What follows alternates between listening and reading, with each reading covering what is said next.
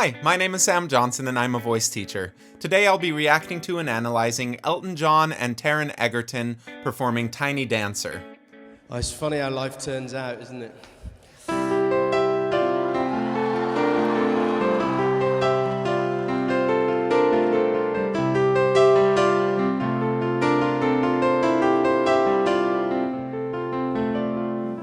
Blue jean baby, LA lady, a seamstress for the band. He's going up to that E, which is right on his first bridge. He's not really opening up very much, which makes it sound a little bit constricted, but it's just part of the style. So if he was going a seam and dropping the jaw and adding a lot of vibrato, it wouldn't sound appropriate. So by just narrowing the vowel a little bit, a seamstress, it sounds a little bit more intense.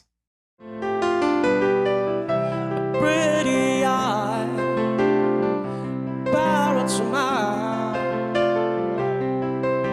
You'll marry a music man. And then that last one, he had a little bit more of that jaw drop, but he didn't lean into it very much.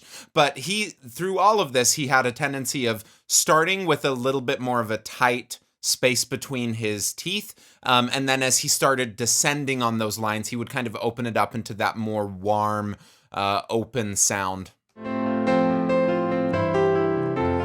Ballerina, you must have seen her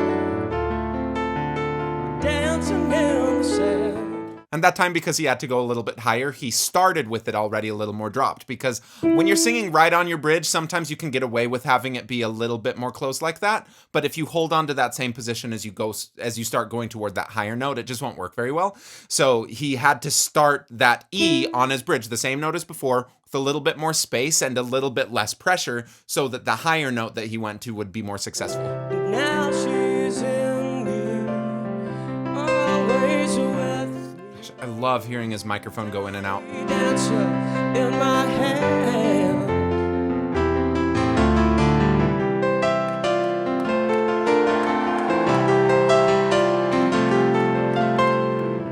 Jesus freaks, I am the street. Interesting, he's kind of coloring the word street by rounding his lips a little.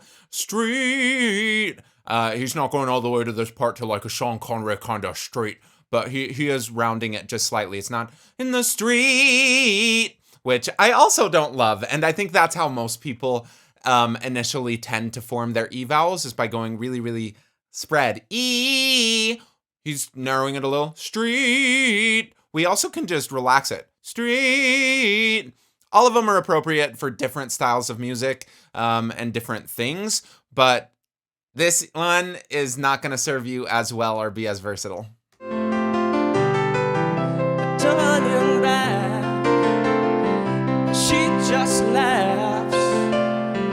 The boulevard is not that bad. She's such a good performer. Elton John just likes playing. He's playing the piano, and he's so captivating to look at just while he's playing the piano. Because he's like not trying to be someone other than Elton John. And Elton John is really interesting. And just like that, those little things he's doing with his tongue, with his mouth closed. It's like, yeah, Elton John, you do that, Elton John. Can a man, he makes you stand in their auditorium. Yeah, he's good. Like, he's got really good instincts as he's starting to go to those high notes. When he went with the... Yeah. It's going between that E and that G. Ba-da-da-da-da. And he's opening his mouth quite well. I can't remember the words, but it doesn't matter. Like, the thing I'm listening to is almost not associated with the meaning of the words at all. And I think that's how I have to look at a first analysis, is not really caring about what they're saying, just to make sure that they are doing everything in terms of vowel modifications as easily as they can. And then once we are convinced that everything is working really well, then we can start thinking about what you're saying and why you're saying it. But first we have to make sure that the mechanics of how you're saying it are working well. And then you can just kind of trust that if you focus on why you're singing it, how you're communicating, that the mechanics will hold themselves together. Looking on, she sings the song. So that time he didn't go as open. It worked really, really well still. There's a variety of stuff that works. He also didn't get quite as loud on the, she sings. But that's also kind of a sign of just a higher voice type, is that ability to not need to open as much as you get into that first bridge and above area. Like, I can do it because I've got a higher voice type than some people. A lot of my students, they don't have as high of a voice type, so they really need to start opening. And even for those of us with higher voice types, if you get used to doing it with that more open way, generally that's a safer like baseline to work with, and then you can modify it based on just what you want it to actually sound like in the end. But how he did it right there, it's just more true to the word. Like you say, he sings. You don't say he sings. However, learning how to do it, he sings, might be more appropriate for an operatic piece. It's just not as appropriate for this. If we don't even color it as much as what I just did with that darker tone, or with as much vibrato, he sings. It's just different. He sings. So it's, at that point, you're just arguing aesthetic preference. And I like hearing the variety and the fact that he's able to go up there with so many different ways. Oh, how it feels so real, lying here with no one near and only you, and you can't hear me. He does a lot of that kind of coloring. Hear me, versus more of a true hear me. So if you're trying to do a Taron Egerton impression, use that little kind of sound often, because he does. As I say softly, Nice. slowly, all because a tiny dancer count the headlights on the highway. If I was working with Taron, I would try to make sure that he's comfortable letting his jaw kind of hang down and back, just because that seems to work better for most people. I think he's doing a fine job, but if, that's the kind of stuff that we start looking at. And then when you looked at Elton, you didn't see him jetting out his jaw at all. So just right there when both of them were singing, I know Elton wasn't singing as high. Yeah, letting the jaw kind of hang down and back like this generally leads to better results than letting it kind of jut out. And I just see a little bit of that happening with Taron. Lay me down in sheets of linen. You had a busy day today. Hold me close, a tiny dancer. And I say that last thing as such a picky remark, and it's more just, let's experiment and see if we can get it feeling even better and more authentic. But he sounds really good, and I think most of what he's doing is going to sustain him. That he'll be able to do that for, a bunch of songs in a night. Count the headlights on the highway. Lay me down in sheets of linen. You had a busy day today. Yeah, and Taron's going up to those high C's over and over. It sounds totally connected to me.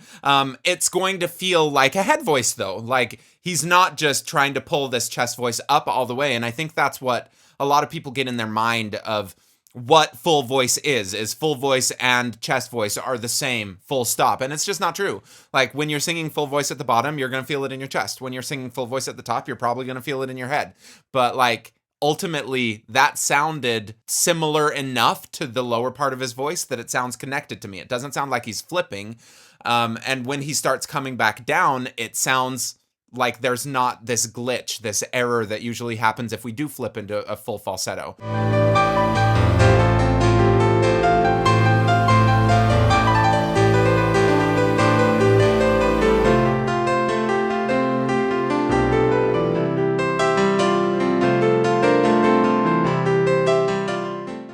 really a genius songwriter.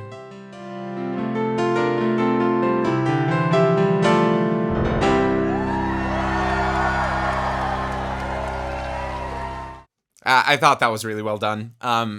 Elton just he demands your attention when he's on stage, and he does it with his outfits, he does it with his persona, he does it with his skill. It brings you in, and he doesn't even need to do anything fancy. He's just so good at what he does that you're like, oh my gosh, yeah, that's an all-time great person right there. Great performer. Taron, I thought he did a really good job. It just seems like he needs to relax a little bit during this. Some of it seemed a little bit put on in terms of like, I'm performing, doing this kind of stuff, and I'd love to see him relax and just see what would happen if he did that a little bit more. Some of that would come just with time. Some of it would come with not performing with Elton John. But it's also kind of tricky because, you know, he did Rocket Man as Elton John, so he wasn't trying to be the best version of Taron that he could possibly be. He was being the best version of Elton John that he could possibly be. And when you're doing impressions, things kind of change a little bit because you have certain